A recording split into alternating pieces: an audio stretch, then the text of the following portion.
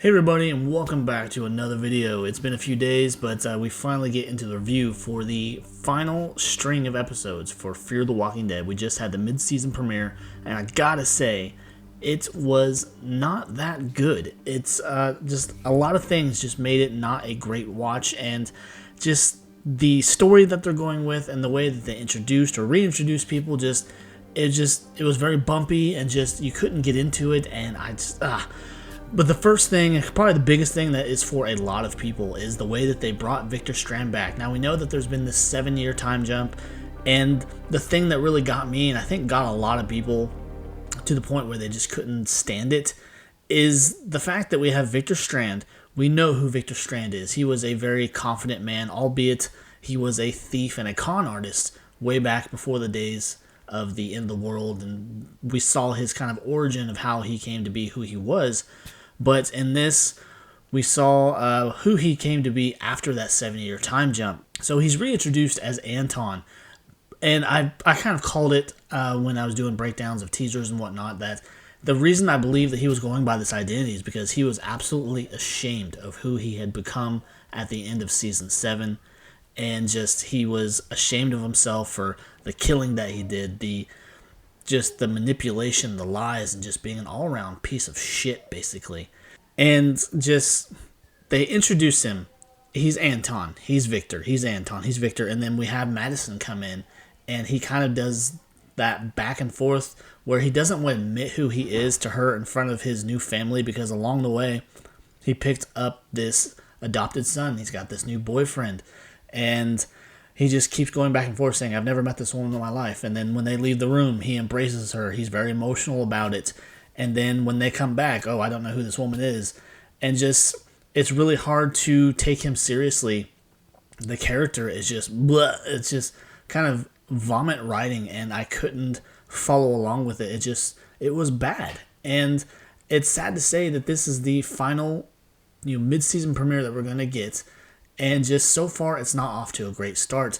And I really enjoyed Victor as a character in the earlier days, and we see him come to what he has become, and just it's just not good. And I'm really sad to say that it is not good. And just with him going back and forth and lying to this family that he supposedly loves, but he can't bring himself to tell the truth. He's been lying all these years about who he really was, what he did, the things that he did, the people he killed, and just the overall dictator things that he did. But it doesn't stop there either, because all of a sudden there's these people at their gate. We don't know at first, we don't know where they come from, but we have an idea based on the information that we gathered from the end of the first half of the season, where we saw this mysterious person listening to Madison over the radio saying that she's the lead of Padre. She's trying to get these kids and these families reunited. She's giving coordinates. And we see this person packing all these things that are seemingly from the Fear the Walking Dead past. We have Alicia's prosthetic, we have sunglasses, we have a map of Mexico. And these people arrive looking for her. And Victor, more or less, serves her right up. He can't pick a side if he's loyal to her, if he's not. He's willing to serve her up and just completely sacrifice her and do away with her. Even though they have this past together, that they are really good friends. They depended on each other, they trusted each other, and he just completely throws her to the wolves and just like, I'm done, I'm out. And just, it's a very silly aspect of his character. It's just one of the things that's kind of weird and random about this episode, and I think that's like maybe the best way to describe it. This episode is random in the way that they did things, because as the episode progresses, we have Daniel randomly show up after Victor serves up Madison. They come into their hotel that they have inhabited, and she's gone. She's ran off with Victor's adopted son, Klaus. And you come to think, well, how could she get out so easily? Well, at some point or another, Klaus and Victor's new boyfriend they realize that they can trust her, that she's not a bad person, and they're not bad people either, because when she gets in there and she kind of has a fit and collapses from the lack of oxygen, they rush to her aid. And so after these people come in looking for Madison, Victor wants to just hand her right over.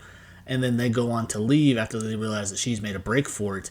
And then we see Daniel just out of nowhere approaching on this boat. How did he know where this hotel was that they were living in? And just saying how they will regret it if they hurt Madison. and it's just very weird, and the pace is off. And so the whole episode is kind of going back and forth. Victor saying, "Oh, I'm Victor Strand, but I'm not. I'm Anton. I can't really tell you who I am or what I did." Blah blah blah. And it just kind of goes back and forth from there. And then we finally get our intro, our reintroduction of Troy Otto, who is very much alive, who is on the hunt for Madison. Straight up tells her that you took my home from me, the ranch, so I'm going to take Padre from you.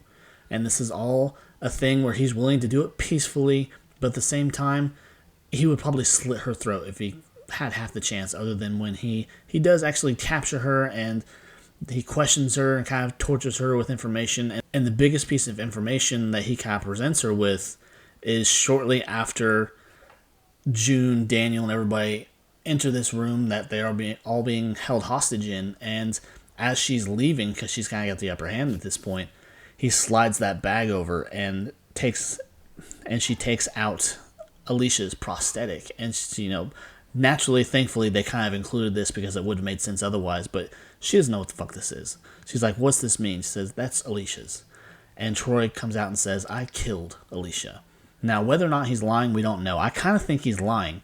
I feel like he wouldn't just straight up kill her, that maybe he has her prisoner somewhere, but I think it would be a wasted opportunity if he actually killed her. And we're going to see some things in the following episodes that might dive into that a little bit more, and just, it's really unsure if we should take him seriously. But, other parts of the episode, we do get some other reveals, and kind of at the point where Madison and Victor are in the situation where they're holding off walkers, he kind of just reveals to her that he did leave with the other people, because we do get some reveal that people were killed off camera.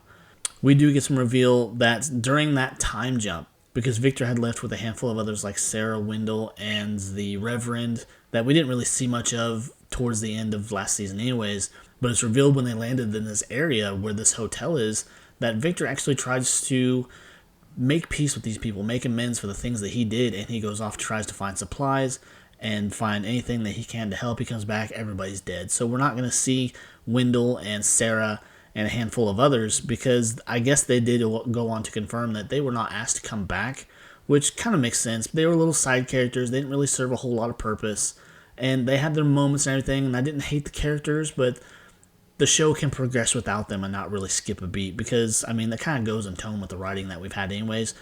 The dialogue that Victor has and just the story in general, I really hope they step it up for the rest of the season, because I was excited when they announced that Troy was coming back. And so the episode kind of progresses from there, and it doesn't really serve any purpose other than to give us these little pieces of information and not really build anything up, because also we see that Troy, even though he says that he killed Madison, he says also that he left her out there, so her walker corpse is out there wandering around. So I think the following episodes are going to be about Madison trying to find her walker daughter and put her to rest, but I think there's going to be some other information revealed.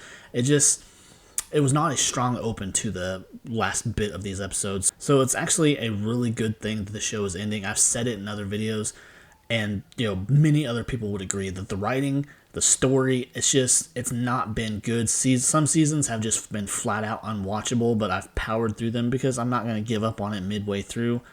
It's really sad that a show that had a lot of potential there in the beginning really just took a nosedive with the writing, the quality, maybe even the budget went half to crap, and that's why we've gotten the random things, because there was a big thing that people just kind of lost their minds about, or at least had a little fuss about, was that there were a couple of scenes, I guess, that were recycled footage from earlier episodes from previous seasons, and just, it was very silly things. I guess in the opening minutes, the scene where we see all these people prepping food, I guess that was reused footage from the bunker scenes way back in season 7, where we had that survival group from the guy that was Teddy, John Glover, and the guy from the sub from that web series that we got, where we had that Navy guy on that sub, and he was really the only surviving member of that group. But I guess that will do it for the review.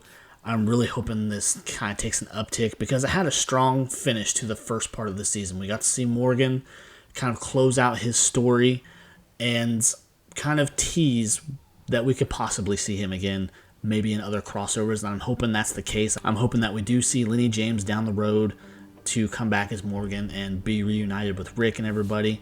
But anyways, I guess that will do it. That was my review for the mid-season premiere of Fear the Walking Dead, the final string of episodes titled Anton, which, again, what the F. But so if you enjoyed the video, be sure to leave a like down below. Leave your comments. I want to know what you guys have to say. Do you dislike it equally as much as I do and a lot of other people, or are you kind of just going with it? But I think that'll do it, guys. So until next time, take care. Bye.